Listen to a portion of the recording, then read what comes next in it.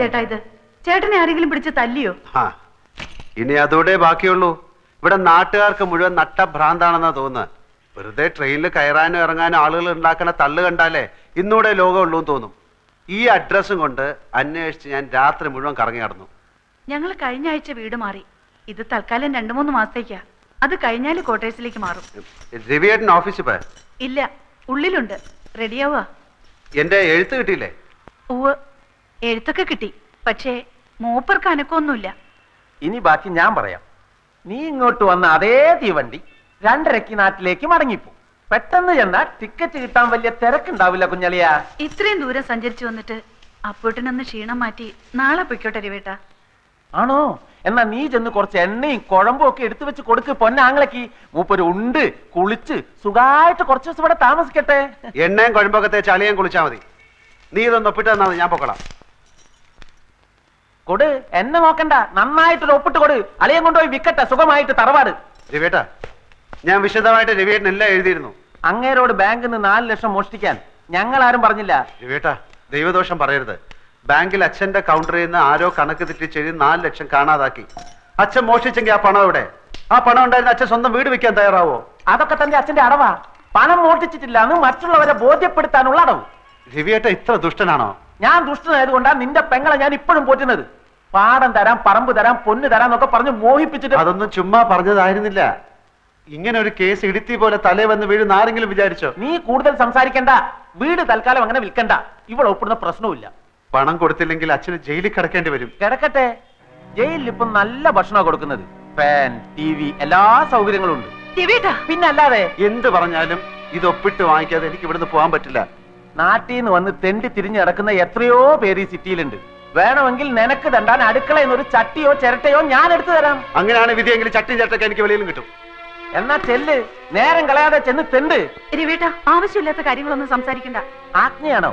എണ്ണം ഉണ്ടെങ്കിൽ നീയും കൂടി ഇറങ്ങി ചെല്ലടി. വേണ്ട മിനി, നിങ്ങൾ തമ്മിൽ വഴക്കിടണ്ട. തെണ്ടിയിട്ടായാലും മോഷ്ടിച്ചിട്ടായാലും അച്ഛനെ രക്ഷിക്കാനുള്ള വഴി കാണാതെ ഞാൻ ഇവിടുന്ന് മടങ്ങിപ്പോവില്ല.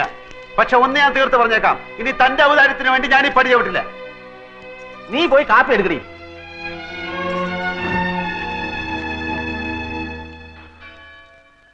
അവൻ നൂറുദ്ദീൻ, നൂറ് എന്ന് ചെറുതാക്കി വിളിക്കും. എൻ്റെ ബാല്യകാല സുഹൃത്ത്. അവൻ ഈ നഗരത്തിലാണ്. ഇവിടെ മാമ ബീരാനിക്കയുടെ കൂടെയാണ് നൂറിന്റെ താമസം. മാമയുടെ കച്ചവടത്തിന് സഹായിക്കലാണ് പണി.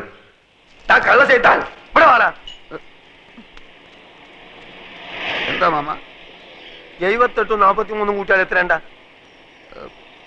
8 3 11, പിന്നെ 7 4 11, 121 അല്ലേ?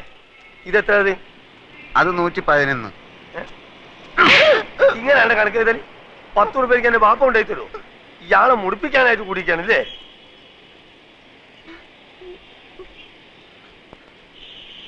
ഈ എന്താണ്ട് കുന്തം മുണിക്കമായിരിക്കണേ? അന്റെ മൂന്ന കാണാനല്ലേ എരപ്പ ഈ ആൾക്കാർ വന്നിക്കണേ? പോയി പണി കള്ള ലക്ഷണം കേട്ടോ.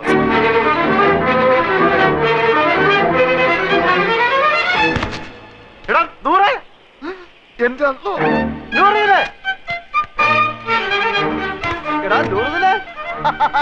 എനിക്കറിയാം നീ സ്റ്റേഷനിൽ വന്ന കാണും തിരക്കിനിടപെട്ട് വട്ടം കറക്കിണ്ടാവുന്ന. ഞാനും നിന്നെ പരിധി എവിടെ കാണാൻ?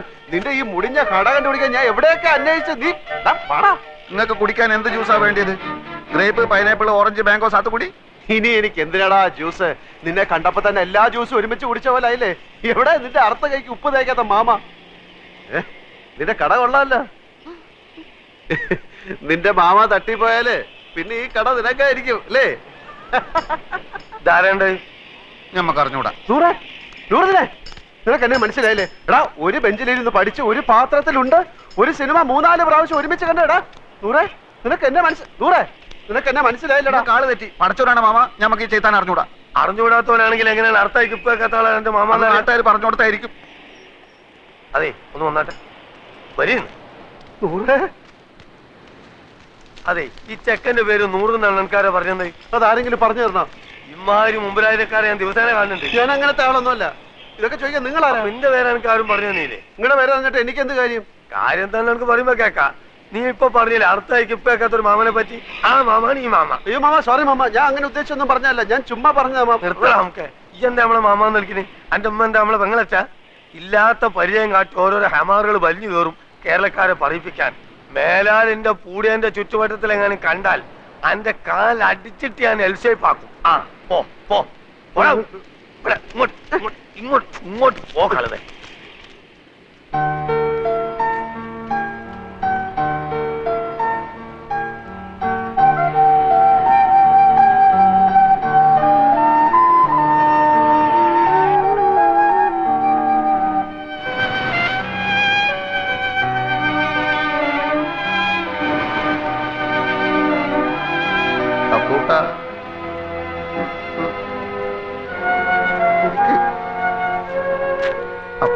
ഈ കടപ്പുറം നിന്റെ തറവാട്ട് വകയൊന്നുമല്ല. നിനക്ക് എന്നെ അറിയില്ലല്ലേടാ പൊന്നി. എടാ സ്കൂളിൽ പഠിക്കുമ്പോ ഞാൻ നിനക്ക് എത്ര ഐസിക്ക് വാങ്ങിച്ചു തന്നിട്ടുണ്ടോ? എടാ എല്ലാ കണക്ക് പരീക്ഷയ്ക്ക് നീ എന്റെ പേപ്പർ കോപ്പി അടിച്ചല്ലേടാ ജയിച്ചത്. എടാ 8ാം ക്ലാസ്സിൽ പഠിക്കുമ്പോ ഹൈമാവതിയുടെ ചോറ് കട്ട് നിന്നതിനെ നിന്നെ സ്കൂളിൽ സസ്പെൻഡ് ചെയ്തപ്പോ ഞാനല്ലേടാ കുറ്റം ഏറ്റെടുത്ത് നിന്നെ രക്ഷിച്ചത്. പറയടാ കഴിഞ്ഞ എന്ത് കഴിഞ്ഞാന്ന് പറഞ്ഞു കഴിഞ്ഞോന്ന് കഴിഞ്ഞെങ്കിൽ ഞമ്മക്കും ചിലത് പറയാനുണ്ട്. എനിക്ക് കേൾക്കണ്ട. എന്നാ ചെവി പൊത്തിക്കള. പലിശക്ക് പണം കൊടുക്കുന്ന മാമാന്റെ ആട്ടും തുപ്പും സഹിച്ചിട്ട് നമ്മളിവിടെ കയ്യ. എന്തിന്? മൈമുനേനെ മറ്റാരും തട്ടിക്കൊണ്ടുപോവാതിരിക്കാൻ വേണ്ടി. ശമ്പളം ഇല്ല, നല്ലൊരു ഷഡ്ഡി വാങ്ങാനുള്ള പൈസ പോലും അയാൾ തരില്ല. സഹിക്കുക. അങ്ങനെ ഇരിക്കുമ്പോ കഴിഞ്ഞ കൊല്ലം നാട്ടിൽ നിന്നൊരു പഹയം വന്ന് ചാടി. നമ്മളെ കോയിക്കലെ മൊയ്തൂക്കാന്റെ മോൻ ഖാലിദ് നമ്മളെ കൊണ്ടാവും പോലെ അവനെ നമ്മൾ സൽക്കരിച്ച് ഒടുക്കം മാമാന്റെ കയ്യിൽ നിന്ന് 500 റുപ്യ വാങ്ങിയിട്ട് മുങ്ങിക്കളഞ്ഞു. അതിനുശേഷം നമ്മളെ കൂട്ടുകാരനാന്ന് പറഞ്ഞിട്ട് ആര് വന്നാലും മാമാന്റെ അടി ഞമ്മക്ക. ആ ഒറ്റ കാരണം കൊണ്ടാണ് അപ്പൊ കുട്ട അറിയാത്ത പോലെ നമ്മൾ ആക്ട് ചെയ്തത്.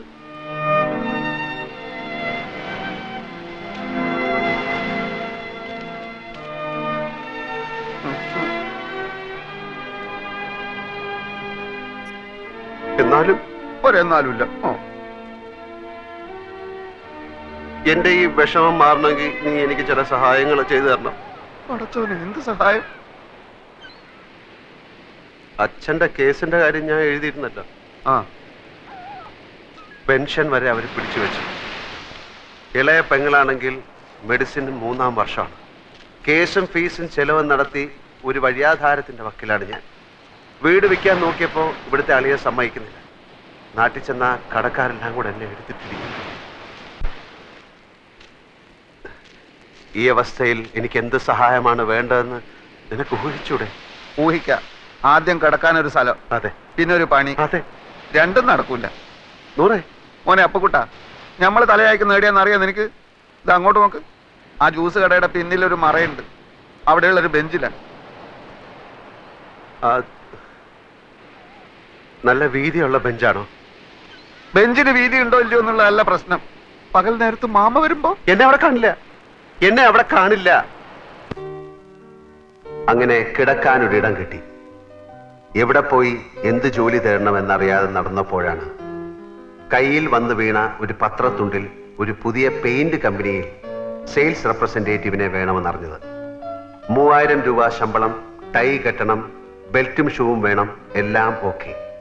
പക്ഷെ ജോലി വേണമെങ്കിൽ സ്വന്തമായി ഒരു മോട്ടോർ സൈക്കിൾ ഉണ്ടാവണം. ഒന്ന് തൽക്കാലം വാടകയ്ക്കെടുത്ത് ജോലി സംഘടിപ്പിച്ചു. പക്ഷേ അതുകൊണ്ടായില്ല. നൂറിനോട് കാര്യം അവതരിപ്പിച്ചു. നിങ്ങൾ നിങ്ങളുടെ ഇഷ്ടം പോലെ ചെയ്. ബാപ്പ എങ്ങാനും അറിഞ്ഞാ അറിയാലോ. അറിയാ എന്റെ കരളെ. പറയാ ചതിക്കല്ലേ. സ്നേഹമുള്ളവളാ മൈമുന. എടാ നൂറെ, 5000 രൂപ കൊടുത്താൽ മാർവാടി ബൈക്ക് വരും. 2000 എന്റെ കയ്യിലുണ്ട്. ഇത് വെച്ച് 3000. ബൈക്കും ജോലിയും കയ്യിൽ. 600 രൂപ അടവുള്ളൂ. എല്ലാം ശരിയാവും. നീ വാ. ഇടക്കാല ആശ്വാസം പോലെ ഒരു മുറിയും പണിയുമായി. ജീവിതം കൂടുതൽ വഷളാവുകയാണ്. ആഹാരവും വാടകയും പെട്രോളും കഴിയുമ്പോൾ ശമ്പളം തീരുന്നു. 3 മാസമായി ബൈക്കിന്റെ കുടിശ്ശിക അടച്ചിട്ടില്ല. ബൈക്ക് വാങ്ങാൻ കാശ് എന്ന മാർവാടിയുടെ ഗുണ്ടകൾ അത് പിടിച്ചു വാങ്ങാൻ തപ്പി നടപ്പ് തുടങ്ങി.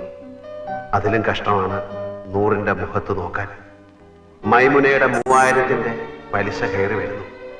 പെയിന്റ് വിറ്റ് കിട്ടുന്ന കമ്മീഷൻ കൊണ്ട് ജീവിതം മുന്നോട്ട് പോകുന്ന ലക്ഷണമില്ല. നാട്ടിലെ കാര്യം അതിലും കഷ്ടമാണ്. അങ്ങനെ ഇരിക്കെയാണ് കമ്പനിയുടെ സൂപ്പർവൈസർ ബാലൻ ഒരു പെയിന്റ് കട തുടങ്ങുന്ന കാര്യം പറഞ്ഞത്. എംപ്ലോയീസിന് കമ്പനി 90 ദിവസത്തെ സ്റ്റോക്ക് കടം തരും. കച്ചവടം കഴിഞ്ഞ് കാശ് കൊടുത്താൽ മതി. കട തുടങ്ങാനുള്ള കാശ് ബാങ്കിൽ നിന്ന് ലോൺ തരും. ചെറിയ തോതിൽ തുടങ്ങിയതാ ഞാൻ. ഇപ്പൊ എല്ലാ ചെലവും പോയിട്ട് മാസം 20,000 രൂപ എന്റെ പോക്കറ്റിൽ കിടക്കും. ഞാൻ ബാങ്കിൽ പോയി അന്വേഷിച്ചു, അപേക്ഷിച്ചു.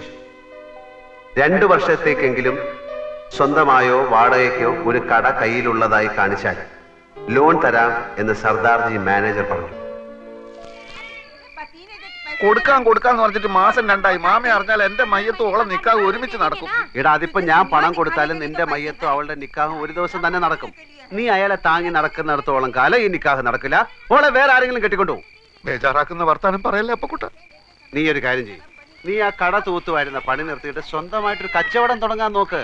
അതിന് പണം വേണ്ടേ? ഉണ്ടാക്കണം. അതെങ്ങനെ? നീ എന്റെ കൂടെ നിൽക്കേ. ഞാനൊരു പെയിന്റ് കട തുടങ്ങാൻ പോവാണ്. ഒരു 4 ലക്ഷം രൂപയാവും. പണം കായ്ക്കുന്ന മരം എന്തെങ്കിലും നട്ടുപിടിപ്പിച്ചിട്ടുണ്ടെങ്കിൽ 4 ലക്ഷം പോലും. എടാ, ബാങ്ക് തരും. മാനേജറെ പോയി കണ്ടു. നല്ല അമ്പോട്ടി ഒടിസിങ് ലോണിനുള്ള ആപ്ലിക്കേഷൻ കൊടുത്തു. അടുത്ത ആഴ്ച കാശ് കിട്ടും. അപ്പൊ കുട്ടാ നമ്മളെ അങ്ങനെ മണ്ടനാക്കല്ലേ? നിനക്ക് എന്നെ വിശ്വാസം ഇല്ലെങ്കിൽ നീ എന്റെ കൂടെ വാ. ബാങ്ക് മാനേജറുടെ വായിന്ന് തന്നെയൊക്കെ 2 ലക്ഷം രൂപ ഡിപ്പോസിറ്റ് കൊടുത്താൽ 10 ലക്ഷം രൂപയുടെ സ്റ്റോക്ക് വരും. വിറ്റിട്ട് 3 മാസം കൊണ്ട് പൈസ തിരിച്ചു കൊടുത്താൽ മതി. കടയുടെ വാടക 1.25 ലക്ഷം രൂപ. പോയിട്ട് 75,000 25,000 വീട്ടിലേക്ക് അയച്ചു കൊടുത്താലും കുറെ നാളത്തേക്കുള്ള കേസും ഫീസും നടക്കും. ബാക്കി 50,000 15,000 കൊണ്ട് മറ്റേ മോട്ടോർ ബൈക്ക് മാറാടിയുടെ മുഖത്ത് വലിച്ചോണ്ട് കൊടുക്കും. ബാക്കി 35,000 15,000 കൊണ്ട് അന്തസ്സുള്ള വൃത്തിയായിട്ടൊരു സ്ഥലം താമസിക്കാൻ. അപ്പൊ മൈമനയുടെ 3,000 അത് കൊടുക്കും.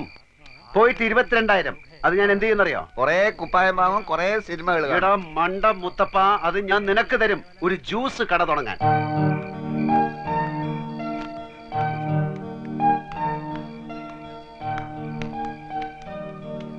പക്ഷേ ഇതൊക്കെ നടക്കണമെങ്കിൽ ചെറിയൊരു പ്രശ്നമുണ്ട്. എന്ത്? 2 വർഷത്തെ കടവാടക മുൻകൂർ കൊടുത്താലേ ഈ ഓണർ വാടക ചീട്ട് എഴുതി തരൂ. അത് കാണിച്ചാലേ ലോൺ കിട്ടൂ. തിങ്കളാഴ്ച ലോൺ കിട്ടും. 5 ദിവസത്തേക്ക് ഒരു 1.25 ലക്ഷം രൂപ ലോൺ കിട്ടി. അപ്പൊ തന്നെ തിരിച്ചു കൊടുത്തേക്കാം. നിനക്കാരാ എത്ര ഉറുപ്പ്യ കടം തരിക? നീ വിചാരിച്ചാലേ നടക്കും. നീ വിചാരിച്ചാൽ അത് നടക്കും. അതെങ്ങനെ? നിന്റെ മാമ എടുത്ത് ചോദിച്ചാൽ. നടന്നു തന്നെ. ആളും തരവ് മുതൽ നോക്കിയിട്ടാ മാമ കാശ് കൊടുക്കുക. നിനക്കാന്ന് പറഞ്ഞാൽ 10 ന്യായ പൈസ വരില്ല. എന്ത് കണ്ടിട്ടാ? എടേ, എനിക്ക് വേണ്ട. എന്റെ അളിയൻ രവീന്ദ്രൻ നായരല്ലേ, അയാൾക്ക് കൊടുത്താൽ മതി. അതെങ്ങനെ? ഞാൻ കാര്യങ്ങൾ വിശദമായിട്ട് പറയാം. നീ എന്റെ കൂടെ നിന്ന് നിന്നാ മതി. ഇതൊന്നും എനിക്ക് വേണ്ടിയിട്ട് മാത്രമല്ല കേട്ടോ. മൈമുനയുടെ നിക്കാതെ നിന്റെ മയ്യത്ത് ഒരുമിച്ച് അടക്കാതിരിക്കാൻ കൂടി വേണ്ടിട്ടോ ഞാൻ ഇതൊക്കെ പറയുന്നത്. ഇതൊക്കെ എങ്ങനെ നടക്കും ആദ്യം പറ.